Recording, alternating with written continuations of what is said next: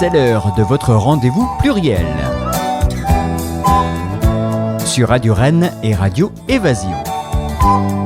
Nos fréquences, le 95.2, le 98.7 et le 100.8. Pluriel enregistré aujourd'hui en public, préparé et animé par Ronan Manuel et Loïc Turmel.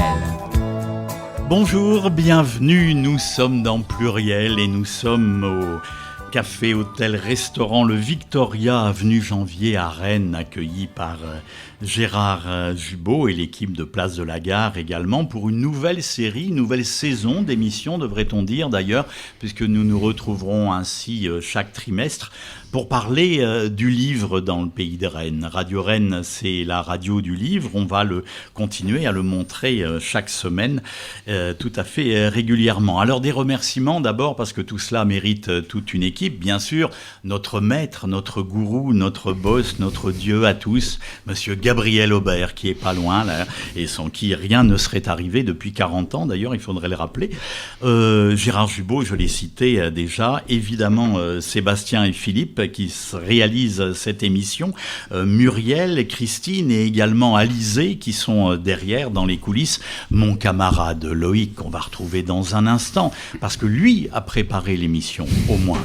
Moi je ne fais que dégoiser comme ça. Et puis bien évidemment tous nos invités, et on va remercier et accueillir particulièrement aujourd'hui une classe de l'IBEP Formation, un organisme de formation qui est situé rue Charles Géniaux à Rennes, la première association bretonne dans le domaine de la formation professionnelle, avec environ 8000 stagiaires qui sont formés chaque année, c'est pas rien. Et puis, sachez, mes petits loups et mes petites loutes qui est derrière moi là, que la rue Charles Géniaux, déjà en soi, c'est un pur bonheur d'avoir votre organisme à cet endroit, parce que si vous ne connaissez pas Géniaux, eh bien, allez voir un peu qui était Charles Géniaux, vous allez voir, c'est génial. Et c'est pas pour le jeu de mots, c'était vraiment quelqu'un de tout à fait passionnant. À voir, par exemple, une fameuse sorcière, sa photo. Tu vois, Loïc, oui, je vois. de qui je parle là. Je vois. Voilà. Alors, vous irez voir ça. Bon, je me retourne vers nos invités, que je vais laisser Loïc, d'ailleurs, présenter, parce que déjà, je m'enroue. Alors, trois invités, dont, merci Ronan, bonjour à toi, bonjour à tous. Trois invités dont les activités et les fonctions se complètent d'ailleurs, puisqu'on va commencer par l'auteur, Stéphane Padovani. Bonjour Stéphane. Ouais, bonjour Loïc, bonjour à tous. Un éditeur, Jean-Albert Mazot, la vilaine éditrice, et puis une libraire. Bonjour. C'est le bout de la chaîne, si on peut ajouter les lecteurs après. Oui, évidemment. voilà, mais les lecteurs Bonjour. sont de l'autre côté de. Ils sont de l'autre côté de. Exactement. Et donc, c'est Aliénor Mauvigné de la librairie Comment dire à Rennes. Une librairie toute neuve. Elle a ouvert le 2 septembre, donc elle est très très récente. 2022. 2022. Oui, hein. Et les étagères sont magnifiques. Merci. Combien 3 mètres? Un peu 3 plus de 3 mètres mètres? Oui, 3 3 mètres de mètres haut, de haut, hein, c'est avec ça. une échelle. Oui. C'est bien, c'est bien.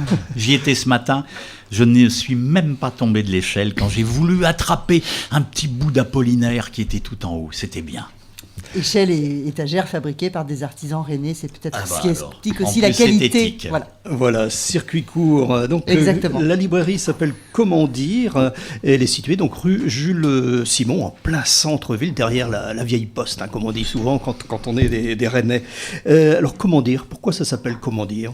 Comment dire, c'est le titre du dernier poème écrit par Samuel Beckett.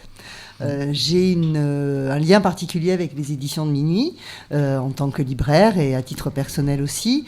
Et comment dire, c'est un titre qui m'a été suggéré par l'ancien directeur commercial des éditions de Minuit, qui a pris sa retraite maintenant.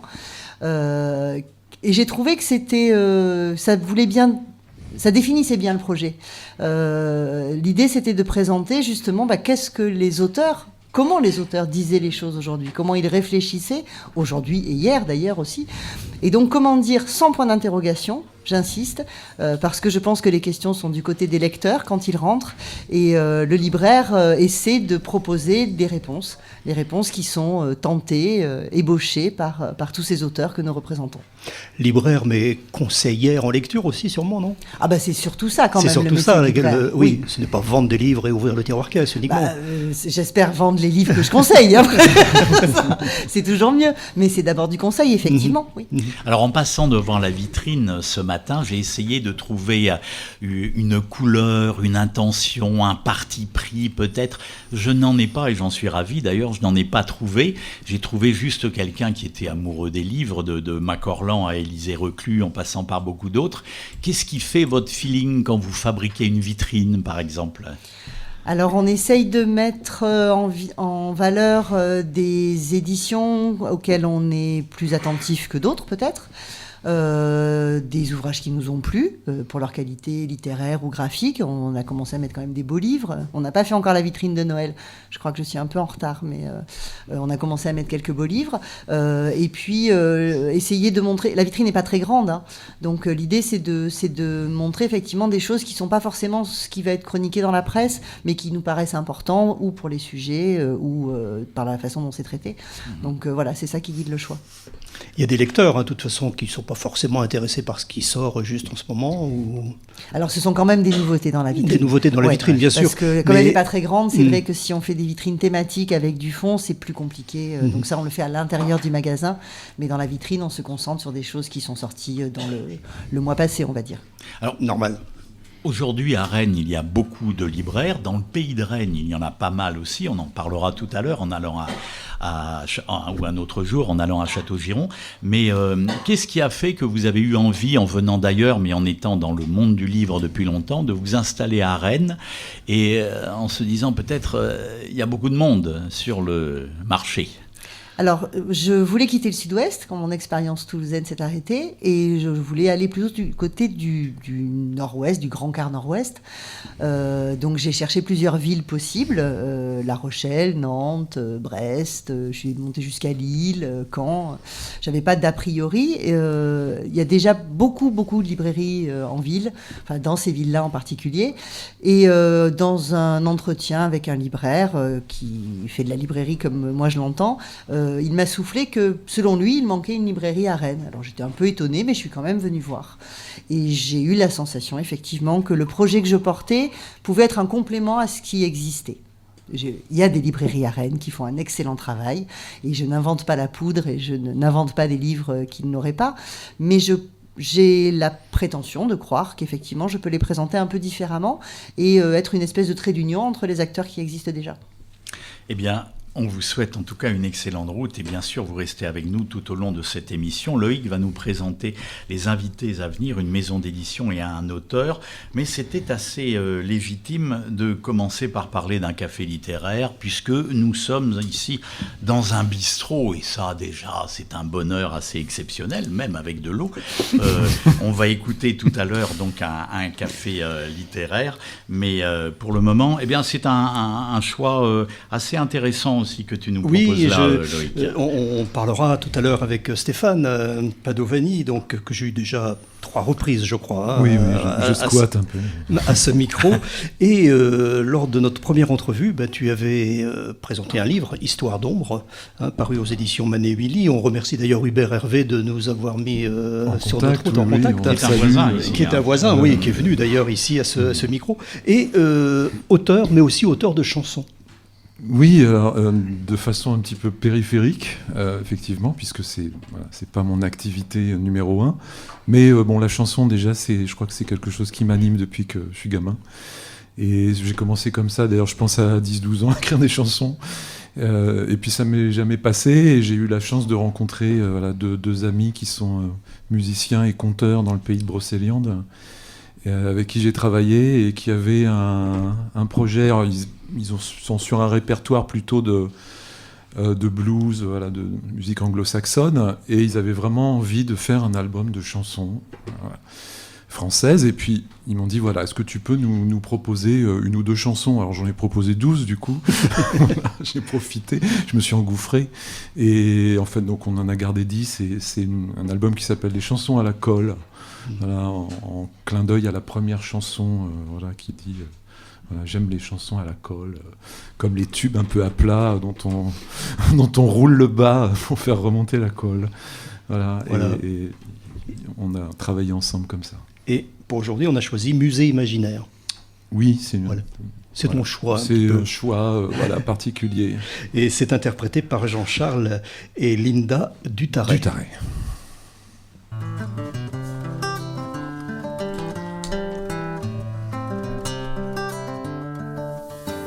Dans mon musée imaginaire, des masses d'images et de matière. Des humains et des mammifères exposés entre ombre et lumière. Trésor amassé par le temps, ma vie d'ici, mon élément.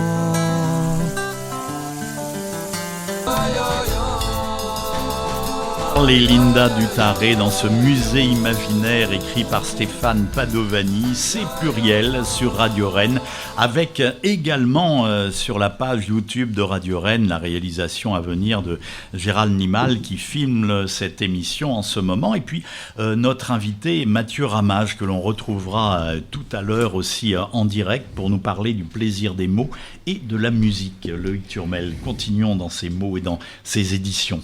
Stéphane Padovani, donc dernier livre en date, c'est Autour de nous. Autour de nous. Et on s'était vu un petit peu avant pour Les Roturiers et Histoire d'ombre. Et je me souviens qu'on avait fait la remarque, il y a une récurrence peut-être dans tes livres, il y a la relation à l'autre qui est toujours présente. Oui, exactement. C'est quelque chose qui est, qui est un fil conducteur qui n'est pas toujours conscient d'ailleurs, parce que même quand je pars sur un récit avec un personnage au départ un peu solitaire, finalement, il ne reste pas longtemps sur son île déserte, il se frotte à d'autres personnages. Donc c'est vrai que dans ce titre Autour de nous, il y avait à la fois l'idée de tourner autour de ces trois personnages qui sont des triplés, une jeune femme et deux jeunes hommes. Donc déjà de parler de cette fratrie, d'explorer un petit peu ce lien de jumeaux, et puis plus largement, dans un cercle un petit peu plus large, de faire rentrer évidemment d'autres proches, un jeune enfant, un père exilé au fond d'une forêt, et puis encore plus largement finalement les gens que ces personnages côtoient en se dispersant sur quasiment 3 continents, en fait. Voilà, la fratrie est complètement éclatée. Complètement éclatée, au moins dans la première partie, oui. Puisque la jeune femme est restée sur Nantes, un des jeunes hommes est parti combattre aux côtés des Kurdes en Irak, et puis l'autre est parti, après avoir interrompu toute une série d'études, il est parti faire de l'ethnologie au Québec. Et là aussi, il a reconstitué un petit peu une fratrie avec une femme dont il est tombé amoureux et puis un compagnon d'études. Et à chaque fois, effectivement, on est dans des sphères différentes. Donc ça me permettait aussi de réfléchir un petit peu à ce qui se passait plus largement dans le monde, à partir d'une expérience quelquefois un peu lointaine, mais en tout cas qui me permettait de vérifier des intuitions, disons. Voilà, on ne va pas trop en dévoiler quand même. Autour de nous, Stéphane Padovani, édité chez La Vilaine Éditrice. Et donc, Jean-Albert Mazot est avec nous, responsable et créateur de cette maison d'édition, j'imagine. Alors, comment est né ce projet de maison d'édition là ? Il est né il y a longtemps dans ma tête. Voilà. Après, tout à coup, à faveur du premier confinement, ça s'est cristallisé. Donc voilà, l'idée c'était de peut-être apporter quelque chose de nouveau ou de neuf, et surtout d'être, de quitter un petit peu des choses un peu classiques. Là, même si le roman de Stéphane est dans quelque chose d'assez classique, il y a d'autres textes qui le sont un peu moins. Voilà, ce qui n'est pas classique par rapport à Autour de nous, c'est surtout le regard sur les gens. Voilà, c'est empreint de beaucoup d'humanité. Il y a vraiment cette recherche là, d'être à hauteur d'hommes et de femmes. Voilà. Et donc c'est l'auteur qui est allé vers l'éditeur, l'inverse. Vous connaissiez peut-être déjà avant, non ? Alors on se connaît depuis qu'on a 17 ans. Donc voilà. Bon, les barbes n'étaient pas de la même couleur. Non. Et en fait, Stéphane, c'est son 10e livre publié. Il n'était pas forcément prévu qu'on travaille ensemble. Et à un moment donné, depuis qu'on se connaît, j'ai été souvent son premier lecteur ou l'un de ses premiers lecteurs. Donc j'avais lu une première version. Et c'est Stéphane qui m'a proposé, qui m'a dit je te l'offre. Voilà, donc je pouvais pas refuser parce que j'étais transporté par ça. Il faut savoir que Stéphane a écrit des choses souvent très courtes. Et là, tout à coup, il a travaillé sur une forme longue, ce qui a bien sûr transformé un petit peu les choses. Et il y a vraiment une montée, pas simplement quantitative, mais aussi qualitative. C'est-à-dire que dans son écriture, il y a à la fois quelque chose de plus dense avec autour de nous et en même temps de plus lumineux. Voilà, effectivement, il y a plusieurs formes, plusieurs formats dans ton écriture, Stéphane. Il y a de la poésie, il y a les nouvelles. Hein. Oui. En fait, je crois que je m'ennuie si je continue. Donc, c'est vrai que d'un livre à l'autre, j'essaye de partir sur un projet très différent, pas seulement dans les thèmes, mais dans la forme. Et puis, le texte court, effectivement, nouvelles, récits, novellas et poésie. Ce que j'aime bien, c'est justement, ça permet l'intensité, ça permet de la spontanéité, ça me permet de rester dans une énergie jusqu'au bout, jusqu'au dernier mot de la dernière ligne. Mais là, effectivement, comme le dit Jean, j'ai bien senti que ça demandait à aller plus loin, cette histoire, à être développée.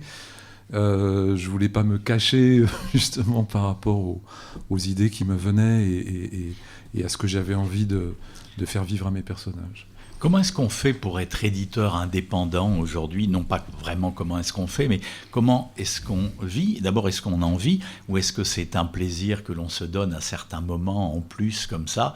On connaît, surtout en ce moment, le prix du papier, le prix de l'encre, etc. C'est compliqué ou ça reste un plaisir ? Alors, tant mieux, ça reste un plaisir quand même, déjà.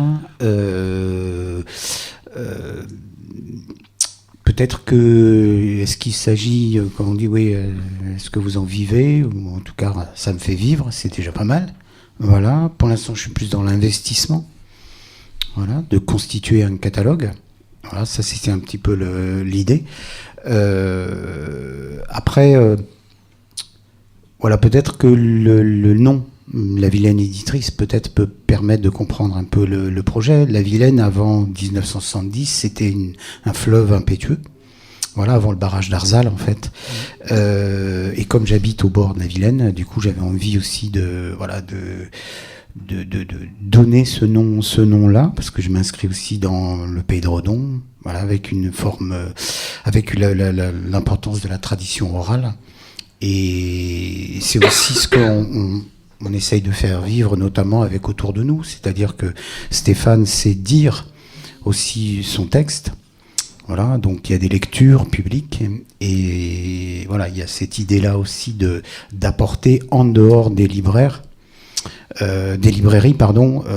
la parole en fait du livre, même si on peut venir le faire chez les libraires. Voilà, on l'a fait à la librairie Libellune de Redon, par exemple. Donc voilà, c'est de faire entendre aussi la langue et pas simplement de la lire, puisque lire autrefois, c'était surtout écouter en fait, lire. Oui. Puis c'est vrai qu'il y a un vrai choix aussi chez Jean Albert de cette oralité, dans le sens où il voit aussi la sonorité, la musicalité des textes qu'il publie. Et effectivement, c'est un de ses critères de choix quand les manuscrits arrivent. C'est le livre vivant. Oui, c'est le livre vivant. Voilà, donc justement, on est ici aussi pour continuer à le faire vivre. Merci encore une fois. Un auteur que l'on aime bien et qui vient justement, parce qu'on parle de vivant, c'est de l'humour noir, mais qui vient de disparaître, que tu as choisi, Loïc. Michel Buller. Mais oui, qui nous a quittés le 7 novembre dernier, je crois, à l'âge de 77 ans. Et oui, j'ai eu envie dans cette émission de proposer une chanson extraite de son tout dernier album, son ultime album paru en 2021, qui s'appelle Rouge. Et la chanson que j'ai choisie s'appelle Sapiens. Quelle sagesse. On écoute Michel Buller.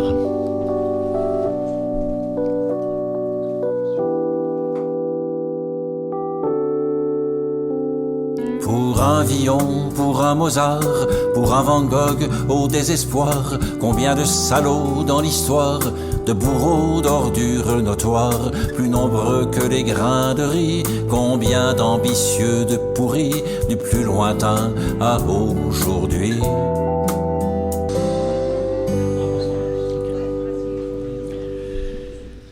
Michel Buller, qui a disparu au paradis des musiciens, que l'on salue sur Radio Rennes. C'est pluriel, bien sûr, et nous sommes au Victoria, avenue Janvier à Rennes, avec tous nos invités, libraires, éditeurs et auteurs. Loïc Turmel. Juste un petit mot à propos de Michel Buller. Le disque est publié chez EPM Musique. Qu'il faut saluer en qu'il passant faut saluer pour leur travail. au passage, effectivement, pour le travail sur la chanson d'auteur, la chanson poétique. Allez faire un tour sur leur site, parce qu'en ouais. plus, vous pouvez avoir des disques, des coffrets qui sont à des prix extrêmement abordables, c'est à signaler aussi, avec une belle collection qui s'appelle la collection Rouge et Noir de la chanson. Voilà, des compilations. Et ben oui, on retrouve nos invités. La chanson, Stéphane, oui, la chanson, bah oui, parce que tu en écris. Oui, alors j'ai même commis un conte musical pour enfants. On saura tout. Voilà, on saura tout. Toujours avec Jean-Charles et Linda, les complices, effectivement. Voilà, une histoire d'un roi qui interdit que nul autre ne chante que lui sur son île. Ça existe en vrai. Voilà, il y a quelques résistances, il y a des gens qui ont envie de chanter quand même. Vous imaginez un peu la suite. Et il s'intitule comment ce conte musical là ? L'île du silence. L'île du silence. Qui ne sera pas silencieuse très longtemps. Bah non, on espère. Aliénor, donc libraire à Rennes, on l'a dit, ça fait 2 mois que ça tourne. Est-ce qu'on peut déjà faire un petit bilan de ces 2 premiers mois ? Alors, c'est un peu tôt. C'est peut-être un petit peu tôt. Oui. Mais ce qui se dessine, c'est que les gens ont l'air très heureux de voir une librairie comme celle-ci. Donc ça, c'est très encourageant. Tout le monde s'accorde à dire qu'elle est très belle. Ronan, vous l'avez confirmé. Oh oui. Moi, je trouve aussi, mais bon, c'est comme une mère avec ses enfants, je suis pas sûre d'être objective. Mais tout le monde la trouve très belle et tout le monde s'y sent bien. Les gens qui rentrent, voilà, c'est quelque chose qui revient, qu'elle est chaleureuse, qu'elle est agréable. Et les gens qui rentrent restent et prennent le temps de regarder, ne l'achètent pas forcément, mais s'imprègnent d'une espèce d'ambiance. Donc ça, voilà, ça c'est le premier bilan. Ce pari-là est réussi. C'était important. Ce que je voulais, c'était que les gens rentrent dans cette librairie en ayant la sensation qu'elle était là depuis toujours, que c'était pas un truc tout neuf, clinquant. Et donc ça, c'est déjà, ça c'est réussi. Mais voilà, c'est à peu près le seul bilan que je peux tirer pour le moment. C'est quoi le dernier titre, le dernier livre que vous avez eu un plaisir à vendre à quelqu'un qui ne venait pas chercher ça, quoi, quelqu'un qui venait chercher un conseil, à qui vous avez dit, écoutez, j'ai adoré tel livre, prenez-le. Vous étiez contente de vendre quel livre, enfin de vendre, je suis de le contente proposer. de vendre tous les livres, tous les livres que je conseille, oui. Parce qu'a priori je les conseille parce que je les ai aimés. Et puis je ne suis pas le genre de libraire qui va conseiller le livre que j'ai aimé, quelle que soit la demande que j'ai en face de moi. Mmh. Voilà. Donc j'ai connu des libraires comme ça, c'est absolument vertigineux à voir. Oui. Quel que soit le public en face. Ah oui, mais alors, c'est des gens qui sont capables de vendre 500 exemplaires d'un titre en 15 jours. Enfin, c'est absolument fascinant. On n'a pas vu revenir tous les 500 clients quand même. Vous pourrez donner l'adresse de ce libraire-là à l'éditeur. Oui, c'est vrai que c'est bien. C'est des gens quand ils s'emparent d'un titre, effectivement. Mais les clients ne reviennent pas forcément parce qu'ils ne se posent pas forcément la question de savoir si ça correspondait ou pas. Donc non, j'ai vendu encore hier, j'ai conseillé à une dame La colère des aubergines de Bulbul Sharma, qui est un texte indien publié chez Piquier Poche, qui est un texte très bien écrit, très agréable à lire, plein de senteurs, plein de poésie, plein d'humour. Ça, c'est un texte que j'aime beaucoup vendre parce que je trouve qu'il est d'abord bien écrit et puis qu'il s'adresse à des publics extrêmement différents, des types de lecteurs très différents. On peut tous en tirer quelque chose. Il y a une histoire transgénérationnelle. C'est des femmes dans une cuisine qui se racontent. Et c'est un texte assez universel que moi j'aime beaucoup vendre. Donc c'est vrai que je conseille toujours avec plaisir et en général les gens le prennent quand j'en parle. Donc je dois bien en parler. Et ils reviennent. Donc... Jean-Albert, pardon. Ça fait la 2e fois que je vous appelle Jean-Albert Mazot. Mais j'ai vu que Stéphane vous appelle Jean. Voilà. C'est plus facile. Votre maison d'édition s'appelle donc La Vilaine Éditrice. On a compris, il y a ce clin d'œil à ce fleuve qui se jette à Arzane. Mais il n'y a pas une petite pointe, une petite pointe de caustique, là, La Vilaine Éditrice. Si, c'était marrant qu'un vieux bonhomme fasse croire que c'était une femme, quoi. Donc ça, c'était sympa, c'est un petit calembour sympathique, Voilà. Après, ça pourrait être le nom d'une maison d'édition particulièrement féministe. C'est ça. Oui, une sorcière. Et voilà. Et d'ailleurs, c'est Aliénor, c'est marrant que vous disiez ça, puisque effectivement, parmi les textes que j'ai publié Thibaut Dubreuil, donc un auteur de Vannes, Clarisse en peinture, qui est l'histoire en fait d'une femme qui s'émancipe au 19e siècle. Voilà, donc c'est un texte écrit par un monsieur, mais très, très féministe aussi. Donc voilà, donc il y a vraiment aussi cette idée-là de proposer aussi des choses inattendues. Avec une récurrence dans le visuel des livres. Oui. Ça, c'est une volonté, évidemment. C'est pour reconnaître ça au premier clin d'œil dans une librairie, justement. Alors, là, il y a quelque chose de personnel. C'est-à-dire que quand j'étais enfant, un livre qui avait une image, c'était bas de gamme. Voilà. Donc, je suis resté un peu là-dessus, sauf que les gens m'ont dit, ouais, voilà, c'est très austère, vos couvertures. Voilà. Mais finalement, Gallimard, Grasset, c'est très austère. Ouais. Maintenant, évidemment, on met des bandeaux, des choses comme ça, ce qui est la plaie pour les libraires, les bandeaux. Ouais. Ça, je le sais. Donc, je refuse tous les bandeaux. Pas de bandeaux avec moi, voilà. Donc, l'idée aussi, c'était d'avoir une identité graphique, à la fois la couverture, mais aussi la tranche. Et ça, je sais aussi que c'est important pour les libraires, voilà, pouvoir être identifié. Avec ce côté, ce socle noir hein, qui pose un peu les choses, et puis une couleur, voilà, à chaque fois, qui est choisie aussi en fonction de ça. Et alors, franchement, là, le choix, il est complètement personnel pour autour de nous, puisque j'ai choisi en fait un violet. Et pourquoi ? Parce que quand on s'est connu avec Stéphane, en fait, il avait un blouson de cuir violet. Voilà, donc oui, c'est le genre de truc qui marque toute une vie. Hein. Un blouson de cuir violet, moi, ça me traumatise pour la vie. Voilà. Et donc, c'était une façon aussi de faire ça. Maintenant, il y a quand même une petite concession avec un petit peu d'image.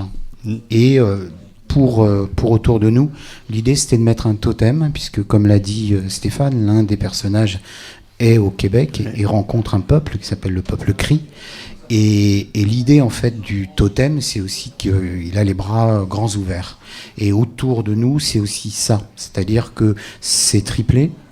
Il se forme une fratrie. En fait, on va même découvrir qu'il y a un 4e enfant, mais qui est mort.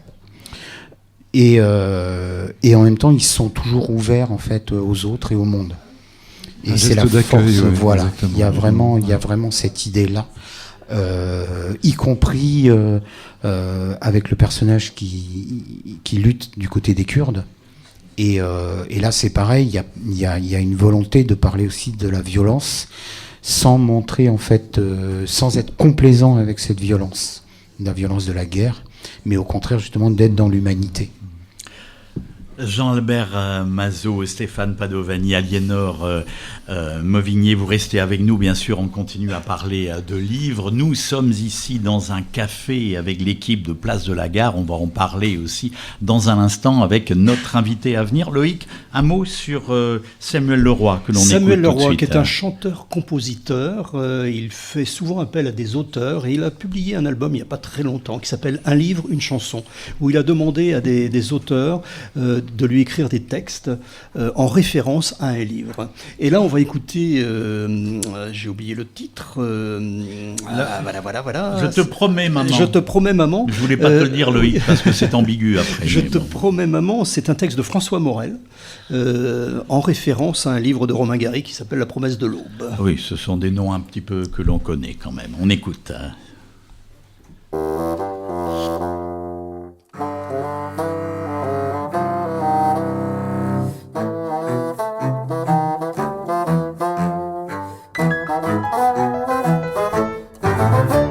Je te promets, maman, je serai un héros. Je serai général, ambassadeur de France, excellence amiral, chercheur d'or et poète. Je te promets, maman, d'être un homme, peut-être, écrivain et poète ou bien ancien. Samuel Leroy, je te promets maman, sur Radio Rennes pluriel. Aujourd'hui au Victoria à Rennes avec mon camarade Loïc, avec tous nos invités pour parler de livres. Et puis on va parler de Place de la Gare, toute l'équipe de Place de la Gare qui nous accueille depuis 2 ans maintenant assez régulièrement ici au Victoria. Et on va parler de sucreries. Tiens, allez, un peu. Enfin, il y a du salé aussi de toute façon au Tivorne. Sucré, salé. Hein, belle boulangerie, pâtisserie et puis comment on dit traiteur. Non, viennoiserie, traiteur. Voilà. Et puis snackerie, snacking aussi. Comme ça. Voilà. Tout à fait. Tivorne, donc en plein cœur de la gare. Jacques Pailleux, vous en êtes le chef pâtissier. Tout à fait. Alors on dit toujours qu'un pâtissier, c'est un matheux par rapport à un cuisinier qui parfois peut se permettre d'improviser. Un pâtissier, il n'improvise pas. C'est de la savance tout est calculé pure, en fait. Voilà, tout est précis, pesé. Tout est vraiment au détail. C'est quoi le truc le plus compliqué, le plus ratable pour quelqu'un qui n'est pas pâtissier, quand on est amateur? Pièce montée. Une tarte qu'on fait tomber à l'envers, ou bien des bêtises qu'on fait accambrer ou... On peut faire toutes sortes de choses et ça peut très vite arriver, quoi. Et qu'est-ce que vous préférez faire? Alors moi, je touche facilement à tout. Je touche très facilement, aussi bien en tarte, aussi bien en millefeuille, aussi bien feuilletage, enfin tout. J'essaye de toucher un maximum de produits. J'ai travaillé avant en salon de thé et autres, donc j'aime bien varier, essayer de sortir des produits nouveaux le plus souvent possible. Après, on fait aussi beaucoup de produits du terroir, du coin. On travaille beaucoup avec les fournisseurs locaux. Quoi d'autre après dire oui, on se fournit du style, par exemple, la ferme de la Lande à Médréac. Ouais. On se fournit avec le verger de l'Écloselle.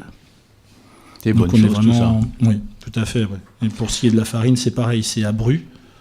Et on se fournit vraiment dans un maximum de local.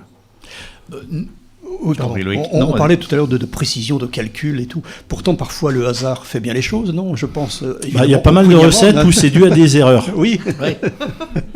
Mais après, du coup, derrière, les erreurs, on s'arrange à faire les calculs pour toujours refaire les mêmes. Voilà. Des fois, ça marche pas. C'est là que ça devient compliqué. C'est là où ça se complique. Ça vous est arrivé parfois, non? Réellement, non. Non. J'ai pas raté de recettes qui sont devenues très connues. Il faut essayer de faire exprès de rater un truc, créer. Mais au bout d'un moment, ça devient... On approche des fêtes. Est-ce que du côté de Tivorne, vous vous préparez à des choses? Est-ce que la tradition des bûches ou des plats un petit peu particuliers, plats de pâtisserie, se prépare aussi dans ce cadre? Nous, on va être plus dans la galette des rois. Ah oui. Vous voyez plus un peu en avant, là. Ouais, on est plus dans la galette des rois. Et le petit Jésus, il est même pas encore né que vous préparez les cadeaux qu'on lui file dans la crèche, quoi. Tout à fait, c'est ça. Donc là, on va faire 3 sortes de galettes des rois. Ouais. On est dans la frangipane. Galette parisienne, ou galette ou brioche, parce que c'est. On va normalement faire la brioche cette année. Il y a la galette frangipane, pistache griotte. Ah, c'est bien. Et autrement, on a la dernière à la myrtille. Et tout est fait vraiment maison. Pour Aliénor et moi, vous nous mettrez une pistache griotte. S'il vous plaît. Ça marche. Avec 2 fèves, on ne va pas s'engueuler non plus. Il faudra peut-être prévenir avant, parce qu'après, c'est le dentiste, il sera content. On en connaît un dans le coin. Si vous en connaissez un où il n'y a pas 2 ans d'attente, vous me donnerez le contact. C'est un autre débat. Donc ça se prépare bien, Tivorne se porte bien. Tout à fait. Vous êtes bien placé aussi, il faut dire. On est bien placé, toujours plus de travail, toujours plus. Mais vaut mieux ça que le contraire. Bon, je vous ai posé la question, peut-être pas à vous d'ailleurs, mais il y a à peu près 2 ans, il n'y a toujours pas de chouquette à Tivorne. Si. Ah, je savais bien qu'un jour, en causant dans le poste, en faisant une manif comme ça, avec tous les gens qui vont applaudir d'ailleurs ici tout de suite, là, s'il vous plaît, applaudissez. J'avais demandé, il y a 1 an et demi, est-ce que vous pouvez nous faire des chouquettes à Tivorne? Il y a des chouquettes. Ouais, ça va faire au moins 6 mois qu'il y a des chouquettes. Eh ben, vous voyez. Donc ça veut dire que ça fait 6 mois que t'es pas passé. Il était vexé. J'osais rien dire. Bon, en tout cas, merci beaucoup Jacques Pailleux d'être venu nous en parler. Tivorne, un dernier mot pour votre défense là, vous avez quelques notes. Après, c'est vrai qu'on travaille avec beaucoup de produits style beurre bordier pour les palais bretons, pour tout ce qui est produit comme ça. Après, on a aussi le panettone qu'on veut mettre en place. Ah, c'est bon ça aussi le panettone. Hein. Je salue Bordier quand même parce qu'il fait un beurre absolument fabuleux, surtout celui aux algues, moi j'adore. Autrement, le pain d'épices aussi, on va le faire. Ça, c'est bien aussi, le pain d'épices. On va en rester là et on va vous remercier surtout infiniment, Jacques, de nous avoir amené quelques petites viennoiseries là, que je vois émerger pour du sac. entretenir les hanches. Qui serait, paraît-il, voilà, c'est ça, pour entretenir les hanches. Merci beaucoup, Jacques. On va se retrouver avec nos invités dans un instant et puis avec un invité aussi qui est un artiste que l'on va retrouver dans cette émission et dans une prochaine édition de Pluriel. Il s'appelle Mathieu Ramage. Il était dans l'aventure de Fatra il n'y a pas longtemps. Qu'est-ce qu'on fait là? On peut peut-être conclut avec nos invités. On va conclure avec nos invités peut-être. Alors Stéphane, le 10e livre autour de nous. Il y en a un 11e là sur le bureau. Oui, mais alors sur le bureau non, en tout cas, enfin sur mon, il y a 2 projets en fait, voilà. Mais je les mène, je les ai commencés il y a peu de temps, donc j'ai pas très envie spécialement d'en parler, surtout qu'ils sont très très différents. L'un qui est rapidement encore une histoire de trio en fait, voilà. Je te propose Stéphane qu'on en parle quand tu seras sorti, parce que l'émission va sans doute toucher à sa fin. Il est loin d'être fini de voilà. toute façon. Aliénor, c'est rue Jules Simon. C'est rue Jules Simon. Derrière la vieille poste. Voilà. N'est-ce pas? Et puis Jean Albert qui va reprendre la vilaine éditrice. Des projets de publication bientôt là? Oui. Surtout des textes très courts. Voilà, des micro-nouvelles et puis de la poésie. Voilà, ça va venir. Merci à tous les trois. Merci à vous. Merci. Encore. Nous parler de livres. Mathieu Ramage, bonjour. Bonjour. À l'autre bout du café, devant son piano. Mathieu, avant de créer ce spectacle, cette aventure en solo qui est entre piano, chanson, slam, plein de choses, rapidement, ton univers, ça a été quoi, le parcours? Alors mon parcours, ça a été... moi je viens d'abord du monde du slam, donc c'est-à-dire que du texte de poésie déclamée, sans musique. Et il y a eu un moment, j'ai eu envie d'aller plus loin, donc j'avais un copain qui faisait de la guitare, donc ça a créé un premier groupe de chansons, et puis un deuxième projet qui s'appelait Silence. Après est arrivé Fatra, dans lequel je suis toujours, qui existe, qui tourne toujours. Et à la faveur du confinement, comme on s'est retrouvé un petit peu tout seul, je me suis dit que c'était peut-être le moment de lancer... ce qui est pour un auteur-compositeur comme moi un peu un espèce de Graal, un projet solo, auquel je ne croyais pas du tout au départ. Et puis au final, de fil en aiguille, les choses se sont faites. Et du coup, maintenant, ça fait 1 an et demi, 2 ans que je tourne avec ce projet-là. Ça s'appelle Jamais Tranquille. Alors le spectacle global, s'appelle Jamais Tranquille. Eh bien, on va en écouter un petit extrait. C'est absolument comme tu veux, l'extrait que tu nous déclines à ta manière, là, pour finir l'émission. Et on t'invite dans une très prochaine émission de Pluriel encore. Mathieu, c'est quand tu veux sur Radio Rennes. Eh ben pour ce premier morceau, le choix a été pas forcément évident. Sur un spectacle, il y a quand même une dizaine de morceaux.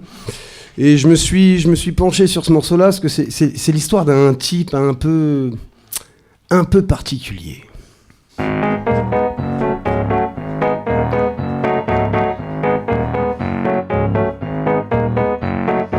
Ça m'a pris comme un toc et tout ça, ça me détraque. Je sais, je suis pas d'époque, je suis à côté de la plaque. Je suis un type épatant et depuis quelques jours, et depuis quelques temps je me prends pour Gainsbourg, parce que je suis tout pareil à quelques détails près. J'aime bien cramer de l'oseille, mais je prends que les petits billets. Je me sens provocateur et irrévérencieux. Je fais chier les bonnes sœurs, les curés et les vieux. Ha ha ha. Y'en a qui critiquent. Je suis authentique, j'aime l'amour, la beauté d'une blonde au bord des lèvres. Et c'est con écarté qui me donnait la fièvre. Je me sens l'énergie pour appliquer le son et les suaves mélodies de tes sucrés frissons. J'ai en moi la musique et j'ai la poésie, les vapeurs cannabiques narguant ma frénésie. Ne m'appelez pas Serge si ce n'est pour mon ego, car le sang dans ma verge s'écoulerait de trop. Ha ha ha. Y'en a qui critiquent moi dans l'ombre de la nuit, dans le plus grand secret de Gainsbourg, je m'enfuis et personne ne sait que je me réinvente, que je rêve de changer sous les étoiles filantes. Je suis Michel Berger. Ouais. Et puis je reprends vite fait ma torride routine, le petit-déj au Bel et la journée au jean. J'invite des femmes subtiles à venir partager les douceurs érectiles de mon intimité. J'écris les chansons crues et la prose lyrique dans mes histoires du cul qui créent la polémique. Je me sens vraiment au top et même dans les nuages quand la fumée des clopes noircit le paysage. Y'en a qui critiquent. Je suis authentique, j'enfile mes chaussures blanches direct au saut du lit. Je connais pas les dimanches, encore moins les lundis. Les traces de vomi au milieu du plumard. Les bouteilles finies ont fait place à 15 bars. Le regard dans le vide et le verre dans les mots. Mais le verre est avide et lui se plaint de l'eau. Agrippé comme une tique et chevillé au corps. Oui, c'est moi l'authentique, je suis Gainsbourg. Et alors y'en a qui critiquent moi dans l'ombre de la nuit, dans le plus grand secret de Gainsbourg, je m'enfuis et personne ne sait que je me réinvente, que je rêve de changer sous les étoiles filantes. Je suis Michel Berger. Ouais. Ça va peut-être vous étonner, hein, mais je vais pas rester en Michel Berger.